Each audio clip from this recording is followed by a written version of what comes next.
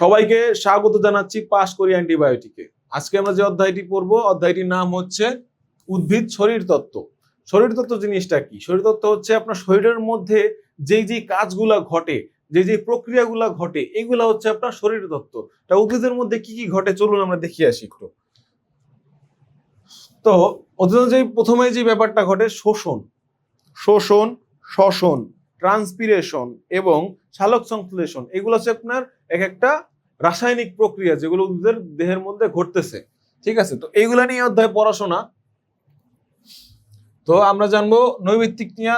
শোষণ দুই রকম, একটা হচ্ছে নিষ্ক্রিয় শোষণ, সক্রিয় শোষণ। তো দুইটার পার্থক্য কি? এটিপি প্রয়োজন আছে, এটিপি প্রয়োজন নাই। সক্রিয় শোষণে এটিপি লাগে, মানে শক্তি খরচ করতে হয়। এটিপি কি? শক্তি মুদ্রাই তো এটিপি, তাই না? তো এটিপি যখন খরচ করতে হয় তখন সেটা হচ্ছে আপনার সক্রিয় শোষণ, আর নিষ্ক্রিয় শোষণে এটিপি খরচ করতে হয় না। এই যে প্রোটন, অ্যানায়ন, কোট্রান্সপোর্ট, লেথিনিন ক্যারিয়ার থিওরি, এগুলো হচ্ছে আপনার সব এটিপি প্রয়োজন। এটিপি প্রয়োজন হয় না ব্যাপন, জোনাল ইকুইলিব্রিয়াম, আয়ন বিনিময়, গণপ্রবাহ। তো নিষ্ক্রিয় শোষণের মাধ্যমে ওই যে পটাশ, দ্রুত শোষিত আয়ন, সবচেয়ে তাড়াতাড়ি শোষিত হয় হচ্ছে পটাশিয়াম আর নাইট্রেট আয়ন। পটাশিয়াম আর হচ্ছে নাইট্রেট আয়ন। আর মন্থর মানে খুব দেরিতে শোষণ করে, শোষিত হয় হচ্ছে ক্যালসিয়াম আর সালফেট আয়ন। ক্যালসিয়াম আর হচ্ছে সালফেট আয়ন, এটা হচ্ছে দেরিতে আর এটা হচ্ছে দ্রুত। এটা হচ্ছে যায় আপনার মূল দিয়ে পানির সাথে যায় অসমোসিস প্রক্রিয়ায়। তারপরে হচ্ছে ফটোফসফোরাইলেশন। ফটোফসফোরাইলেশন কি? এখানে আমরা দেখছি ফটো মানে কি? ফটো মানে আলো, ফসফো মানে কি? ফসফেট।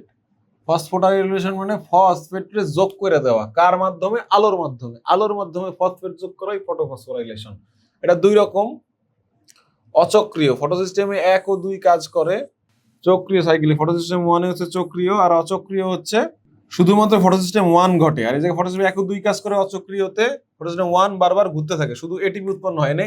আপনার যখন অচক্রিয় ফটোফসফোরাইলেশন হবে, এটিপি তৈরি হবে, NADPH প্লাস H প্লাস তৈরি হবে, আর অক্সিজেন তৈরি হবে। আর যখন চক্রীয় সাইক্লিক মানে হচ্ছে ফটোফসফোরাইলেশন হবে, তখন শুধুমাত্র এটিপি তৈরি হবে। এটা খুব বড় পার্থক্য, অনেক নৈমিত্তিক স্তরে গুরুত্বপূর্ণ একটা পার্থক্য। তারপর হচ্ছে প্রসেদন, ওই যে বলছিলাম ট্রান্সপিরেশন, আগের অধ্যায় মানে এর আগের অধ্যায়টাতে ছিল ট্রান্সপিরেশন। ট্রান্সপিরেশনটা হচ্ছে মূলত প্রসেদন, বা হচ্ছে ওই যে পানি যে বাতাসে ছেড়ে দেওয়া, এটারে বলি আমরা ট্রান্সপিরেশন বা প্রসেদন। প্রসেদন সবচেয়ে বেশি হয় পাতায়, স্টোমাটা থাকে, বড় বড় ছিদ্র থাকে, পত্ররন্ধ্র থাকে। সবচেয়ে বেশি হয় পত্ররন্ধ্র, 90 থেকে 95%, মানে সবচেয়ে বেশি, মোটামুটি 90 থেকে 95% যে ট্রান্সপিরেশন পাতার মধ্যেই হয়ে যায়। আর কিউটিকুলার হচ্ছে আপনার হচ্ছে যে গাছের যে কাণ্ডে যে আবরণটা থাকে, ওইখান দিয়ে হয় হচ্ছে আপনার 5 থেকে 10%। লেন্টিকুলার খুবই কম, 1% ধর্তব্যের মধ্যেই নাই।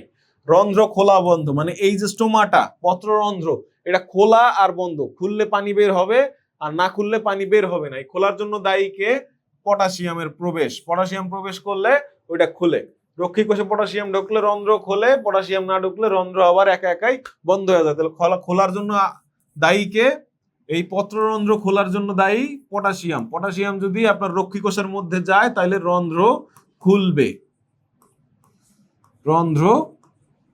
খুলবে, আর এরপর আছে সালোক সংশ্লেষণ। সালোক সংশ্লেষণটা কি? এটা তো সবাই জানেন আপনারা। সালোক সংশ্লেষণ কি? উদ্ভিদ সালোক সংশ্লেষণের মাধ্যমে খাদ্য তৈরি করে। তো আমরা আজকে একটু বড় করে একটু জানি এর সম্বন্ধে, নৈমিত্তিক কি কি আসতে পারে। সালোক সংশ্লেষণের দুইটা পর্যায় আছে, একটা হচ্ছে আলোক নির্ভর পর্যায়, একটা হচ্ছে আলোক নিরপেক্ষ পর্যায়। আলোক নির্ভর পর্যায় হচ্ছে যেই পর্যায়ে গঠন করতে আলোক দরকার হয়, ওটা হচ্ছে আলোক নির্ভর পর্যায়। যেই পার্টটুকু করতে আলোকের দরকার হয় না, ওটা হচ্ছে আলোক নিরপেক্ষ পর্যায়। তো এটা হয় কোথায়? থাইলাকয়েড বা গ্রানায়। গ্রানা কোথায় থাকে? গ্রানা থাকে ক্লোরোপ্লাস্টের মধ্যে। ওই যে প্রথম অধ্যায়ের প্রথম ছবিটা খেয়াল করবেন,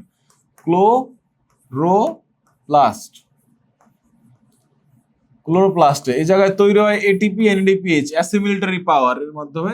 আলোক নিরপেক্ষ পর্যায়ে কোথায় তৈরি হয়? স্ট্রোমায়। আলোক নির্ভর পর্যায়ে কোথায়? থাইলাকয়েডে। আলোক নিরপেক্ষ পর্যায়ে হচ্ছে স্ট্রোমায়। আর C3 চক্র, প্রথম স্থায়ী পদার্থ 3PG, এইটা খুবই ইম্পর্টেন্ট। C3 বনাম C4, এই যদি চারটা মনে রাখতে পারেন, নৈমিত্তিক এখান থেকে আসার অনেক বেশি সম্ভাবনা আছে।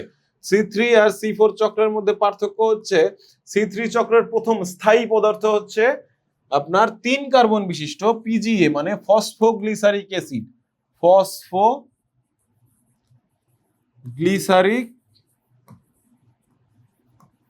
অ্যাসিড।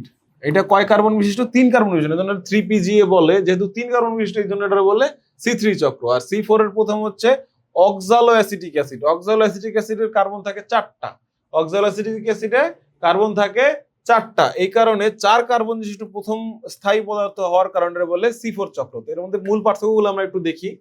যে ক্রাঞ্জ অ্যানাটমি নাই, C3 তে ক্রাঞ্জ অ্যানাটমি নাই, C4 এ ক্রাঞ্জ অ্যানাটমি আছে। তাপমাত্রা 10 থেকে 25 ডিগ্রিতে C3 কাজ করে, 30 থেকে 45 পর্যন্ত C4 এ কাজ করে। উৎপাদনশীলতা C3 এর কম, C4 এর বেশি। ও যেহেতু ক্রাঞ্জ অ্যানাটমি থাকার কারণে ও বেশি আলো শোষণ করতে পারে, বেশি আলো শোষণ করতে পারার মাধ্যমে বেশি খাদ্য তৈরি করতে পারে।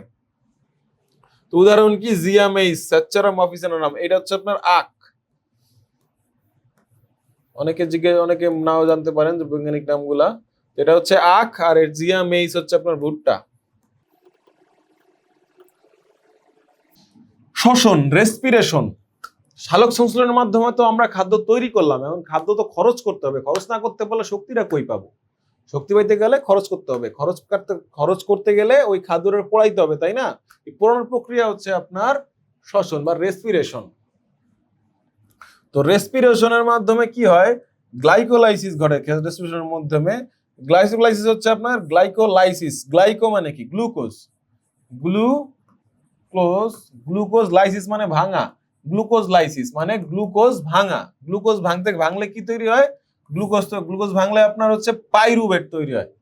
পাইরুভেট, 2 অণু পাইরুভেট তৈরি হয়, এটা হচ্ছে আপনার বলে ওই গ্লাইকোলাইসিস প্রক্রিয়ার মাধ্যমে তৈরি হয়। শ্বসন মূলত 2 প্রকার, সবাত শ্বসন, অবাত শ্বসন। এখানে ব্যাপার আছে, সবাত শ্বসন কি আর অবাত শ্বসন কি? না, অ্যারোবিক আর অ্যানারোবিক। বোঝা যাচ্ছে যে বাতাসের সাথে যে শ্বসনটা ঘটে, মানে অক্সিজেনের উপস্থিতিতে অক্সিজেন নিয়ে যেই শ্বসনটা ঘটে, এটা হচ্ছে আপনার অ্যারোবিক মানে সবাত শ্বসন, যেটাতে বাতাসের দরকার হয় না। মানে হচ্ছে অ্যানারোবিক যেটা হয় এটা হচ্ছে অবাত শ্বসন। তো সবাত শ্বসনে গ্লাইকোলাইসিস ঘটে, আর অবাত শ্বসনে ইথাইল অ্যালকোহল ল্যাকটিক অ্যাসিড তৈরি হয়। ঠিক আছে? এই যে আপনার সবাত শ্বসনের মাধ্যমে গ্লাইকোলাইসিস হয়, গ্লাইকোলাইসিসের মাধ্যমে আপনার পাইরুভেট তৈরি হয়। কি তৈরি হয়? পাইরুভেট যায় আবার আপনার হচ্ছে ওই যে অ্যাসিটাইল কোয়ে তৈরি করে, তারপর ক্রেবস সাইকেলে যায় ঢুকে। ওই জায়গায় ক্রেবস সাইকেল কোথায় হয়? মাইটোকন্ড্রিয়া। মাইটোকন্ড্রিয়া কি? কোষের পাওয়ার হাউস, ওই জায়গা থেকে সব শক্তি। তো সালোক সংশ্লেষণে কি হয়? 6 অণু কার্বন আর 12 অণু পানি নিয়ে একটা গ্লুকোজ, এটা হচ্ছে আপনার গ্লুকোজ। সংকেতটা মনে রাখবেন, এটা পরীক্ষায় আসতে পারে। 6 অণু পানি, এটা হচ্ছে পানি, আর 6 অণু অক্সিজেন। এই যে গাছ যে আমাদের বন্ধু, অক্সিজেন বাতাসে ছাড়ে, এই অক্সিজেনটাই মূলত গাছ বাতাসে ছাইড়া দেয়। তারপরে আছে কি? এই যে ফটোলাইসিস আলোর মাধ্যমে পানি ভাঙা। ওই যখন সালোক সংশ্লেষণ ঘটে তখন হচ্ছে যে আলোটা আকাশ থেকে মানে গাছ পাতা থেকে নেয় না, ওই আলো দিয়ে মূলত পানিটারে ভাঙে। পানিটারে ভাঙা ও হাইড্রোজেন আর 2টা ইলেকট্রন তৈরি করে, আর হাফ অণু অক্সিজেন তৈরি করে। আদর্শ তাপমাত্রা হচ্ছে 22 থেকে 35, এর মধ্যে সবচেয়ে বেশি হয়। ফটোসিনথেসিস সবচেয়ে বেশি হয় কোথায়? 22 থেকে 35 ডিগ্রি সেন্টিগ্রেডে। আর আলোর রঙের একটা ব্যাপার আছে, লাল আলো,